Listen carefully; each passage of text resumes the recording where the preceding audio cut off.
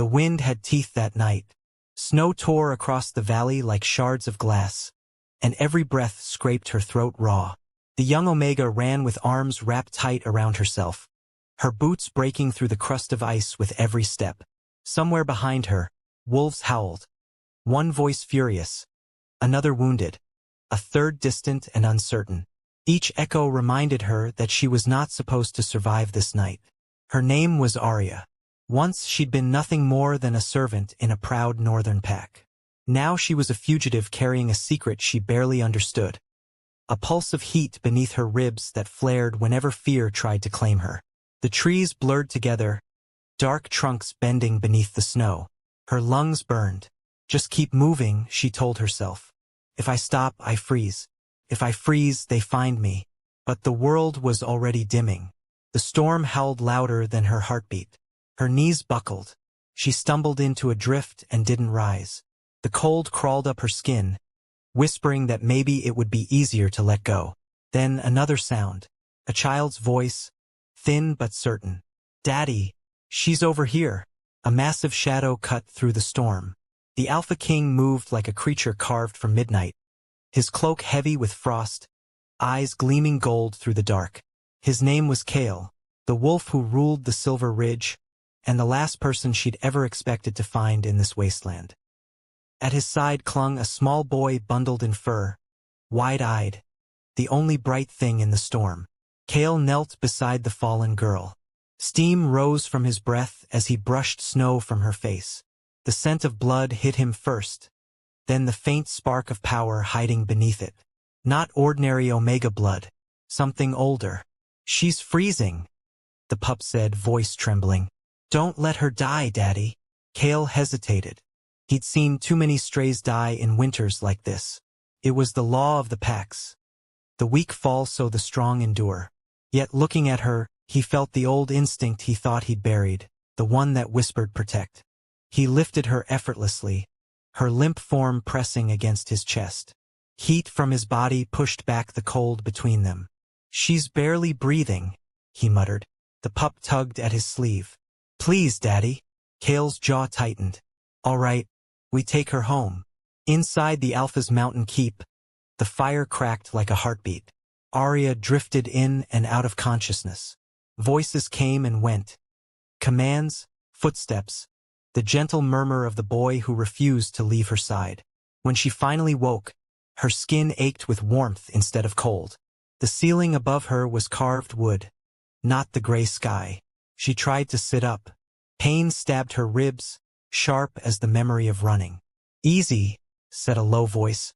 Kale stood near the fire, arms folded, studying her like a mystery that might explode if handled wrong. Arya's lips parted. Why did you save me?" "Because my son asked me to." His tone was flat, but something flickered behind it. Curiosity, maybe guilt. "You were half dead in the snow. Any man would have done the same." She almost laughed. "Not in my experience." Silence settled between them. The pup crept closer, clutching a blanket too big for him. "You were glowing," he whispered. "When Daddy picked you up, I saw light." Kale shot him a look, but Arya's pulse jumped. Glowing. She remembered that flash. A warmth that had burst through her chest before darkness swallowed her. It had scared her more than the cold itself. She swallowed hard. "You shouldn't keep me here." "And why's that?" Kale asked. "Because people get hurt when they do." She turned her gaze to the flames. Shadows danced across her skin like restless ghosts. The scent of pine and smoke filled the air, almost enough to calm her shaking hands. Kale watched her a moment longer. He'd lost too much to chance. His mate to a rival pack, half his warriors to a war no one won. He had promised himself never again to care for strays, never again to let weakness into his walls. Yet here she was, and his son was smiling for the first time in months. "Rest," he said finally. "We'll speak when you're stronger." When he left, Arya exhaled the breath she didn't know she'd been holding. Her heartbeat slowed, but unease replaced exhaustion. What if he discovered what she was? What if the strange light that had saved her in the snow meant she was something worse than cursed? She turned her face toward the fire, eyes heavy. Outside, the wind keened against the stone walls like an old warning. Deep in her bones, something stirred. A faint pulse of that same hidden power, warm and waiting. She didn't know it yet, but the night she collapsed in the snow was not an ending. It was the first crack in a prophecy buried for centuries. And in the hall beyond her door, the Alpha King paused, hand pressed to the wood, listening to the soft rhythm of her breathing. For the first time in a long while, he felt uncertain which side of fate he stood on. Days passed. The storm outside thinned to soft flurries, but inside the Alphas the air stayed heavy with unspoken questions. Arya healed slowly. Each morning she woke to the smell of wood smoke and pine resin, to the sound of Kale's son padding through the hallways with bare feet and endless curiosity. The boy's name was Luca, the little pup who had found her. He had his father's eyes but none of his silence. When he laughed, the sound made even the oldest warriors stop pretending the world was only war. "Does it still hurt?" he asked one morning, sitting cross-legged beside her bed. "Only when I breathe," she said, smiling faintly. "Then you're getting better," he declared, as if healing were that simple. He offered her a wooden carving of a wolf, its edges rough. "I made this, for luck." Arya took it carefully. "Thank you, Luca." Her fingers brushed the small wolf's head. It looked fierce, but its eyes were kind. Maybe that was how he saw her, something broken that could still protect. Across the room, Kale watched them. He leaned in the doorway, broad shoulders half lit by morning light. For a long time he said nothing. He didn't need to. His presence filled every space he entered. "Eat," he ordered gently when she tried to stand. "You've lost too much strength." She met his gaze. "Do you always give commands in your own home, even to your guests?" "I give them to everyone," he replied. "It keeps them alive." Later that day, Kale led her beyond the keep. The storm had broken, leaving the valley silver and still. Snow covered the land like a clean wound, and the sky glowed pale with low winter sun. They followed a narrow path between the pines until the trees opened onto a clearing she hadn't seen before. A circle of black stones surrounding a frozen spring. Symbols were etched into each stone, old runes cut deep and worn smooth by time. "This place," she whispered. "It feels alive." Kale nodded once. "It should. The old packs say our ancestors gathered here before the moon chose her first alpha. No one comes anymore." "Why did you bring me?" He hesitated. "Then, when I carried you from the snow," the air changed. The ground moved. "I thought it was my imagination, until the elders started whispering about a mark returning." Arya's chest tightened. She didn't want to look down, but she did. And there it was, faintly glowing beneath her collarbone. A sigil she had never understood, shaped like a flame caught inside a crescent. "I don't know what it means," she said. "Maybe the mountain does," Kale murmured. He stepped closer. The air between them shivered. "Or maybe you do, and you're afraid to remember." Wind rippled through the clearing. The runes glowed for a heartbeat, then faded. A whisper seemed to rise from the frozen spring. A voice older than language. Arya flinched, gripping her arms. "What did you hear?" Kale asked. "Something calling my name," she said. It sounded familiar. He studied her face. "Every prophecy begins with a voice. Maybe this one chose you." She shook her head. "I'm no one." His reply was quiet but firm. "Then why does the mountain know you?" The question hung in the cold air, heavy as snow. That night she couldn't sleep. The fire in her room burned low, shadows crawling across the walls. She thought of the mark of Kale's eyes when he'd seen it. Fear and something else, respect, maybe hope. She didn't know which was more dangerous. Footsteps stopped outside her door. A gentle knock. "It's me," came Kale's voice. "I couldn't rest." She hesitated, then opened the door. He stood there in plain clothes, hair damp from melted snow. For the first time, he looked less like a king and more like a man worn by too many choices. "I keep thinking about what happened at the spring," he said. "Those runes haven't glowed for generations. Maybe they reacted to the storm, she offered. He smiled without humor. Storms don't speak your name, Arya. Silence again, then the crackle of the hearth behind her. He looked past her shoulder, into the room. May I come in? She nodded. He crossed to the fire, standing with his back to her. When I was young, he said slowly, my mother told me stories of a child born under a blood-red moon, a flame mark, a gift that could either save or destroy the Pax.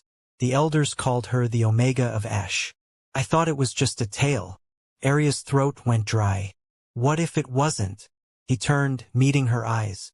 Then you're standing in it. For a long while neither of them spoke. The only sound was the fire's soft hiss and the distant howl of wind outside the stone walls. Finally she whispered, I didn't ask for this. I know, he said. Destiny rarely asks permission. Lucas stirred in the next room, a faint sleepy sound, reminding them both that the world still held small, ordinary things. Kale's expression softened. He moved toward the door. You should rest. Whatever that mark means, we'll face it when it comes. As he left, Arya called after him.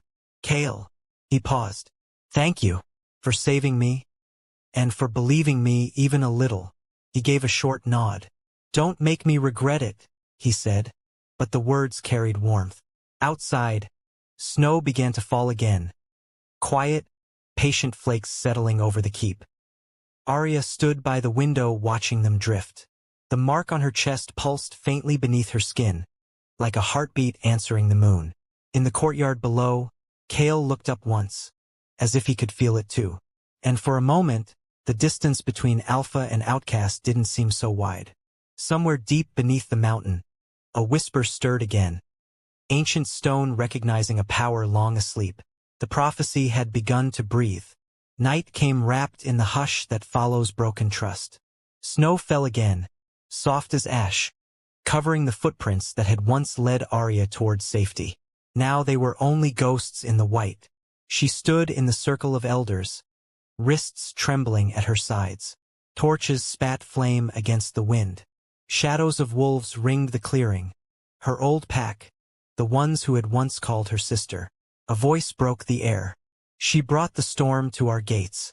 She carries the cursed blood. Arya tried to speak, but her throat felt locked with ice.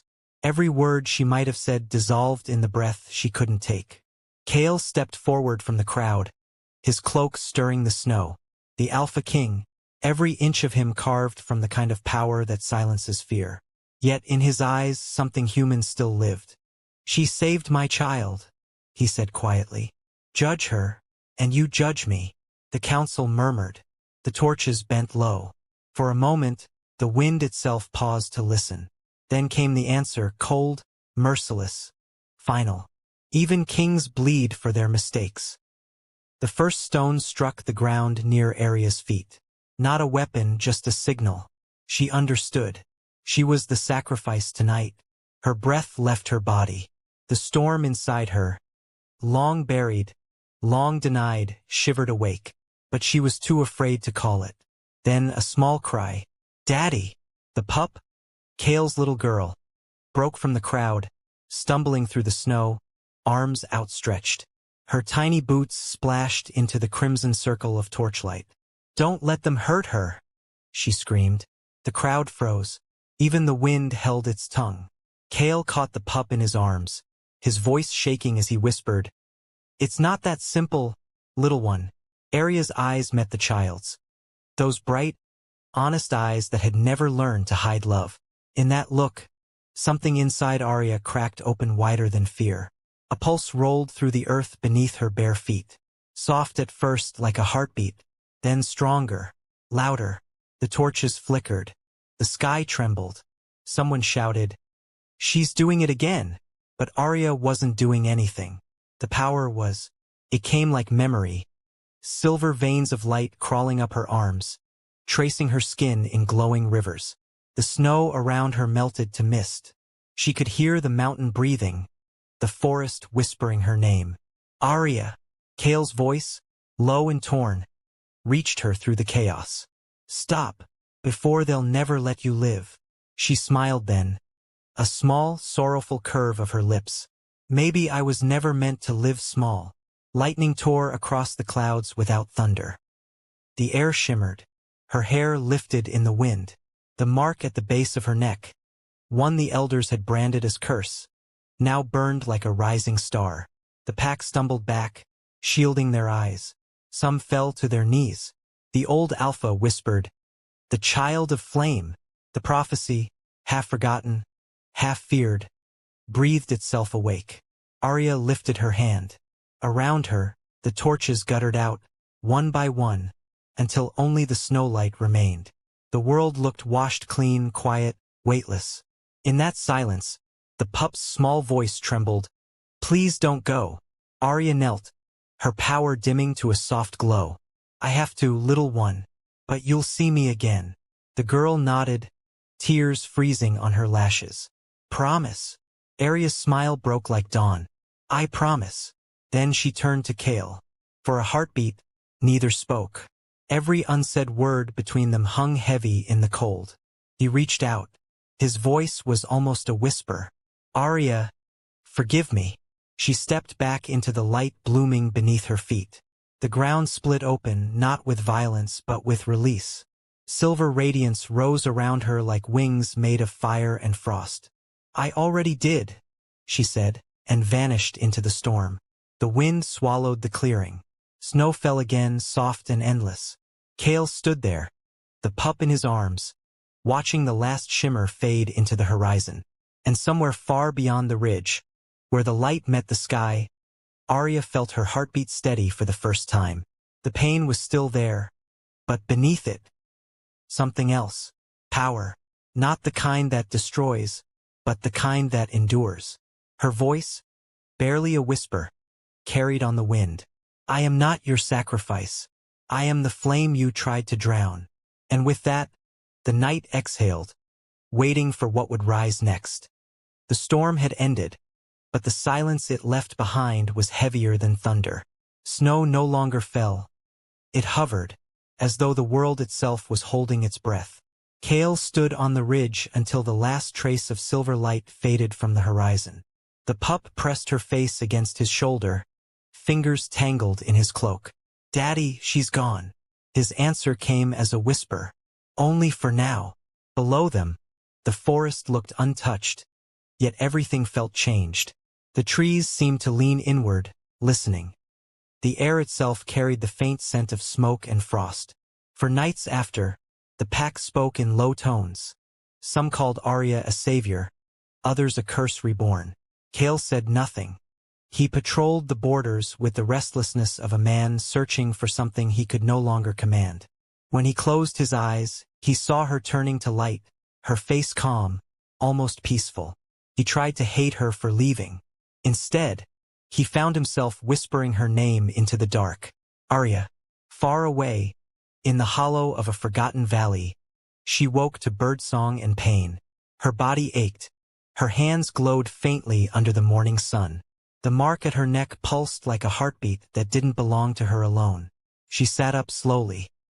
The snow here was softer, tinted with silver dust where her body had touched the ground. The world around her seemed awake. When she exhaled, the wind shifted in answer. "Not gone," she murmured. "Just changed." A stream wound through the valley, clear and bright. She knelt beside it, watching her reflection tremble on the surface. A stranger with familiar eyes. From somewhere deep in the forest, wolves began to howl. Not the cry of hunger or warning, but the kind that sounds like memory.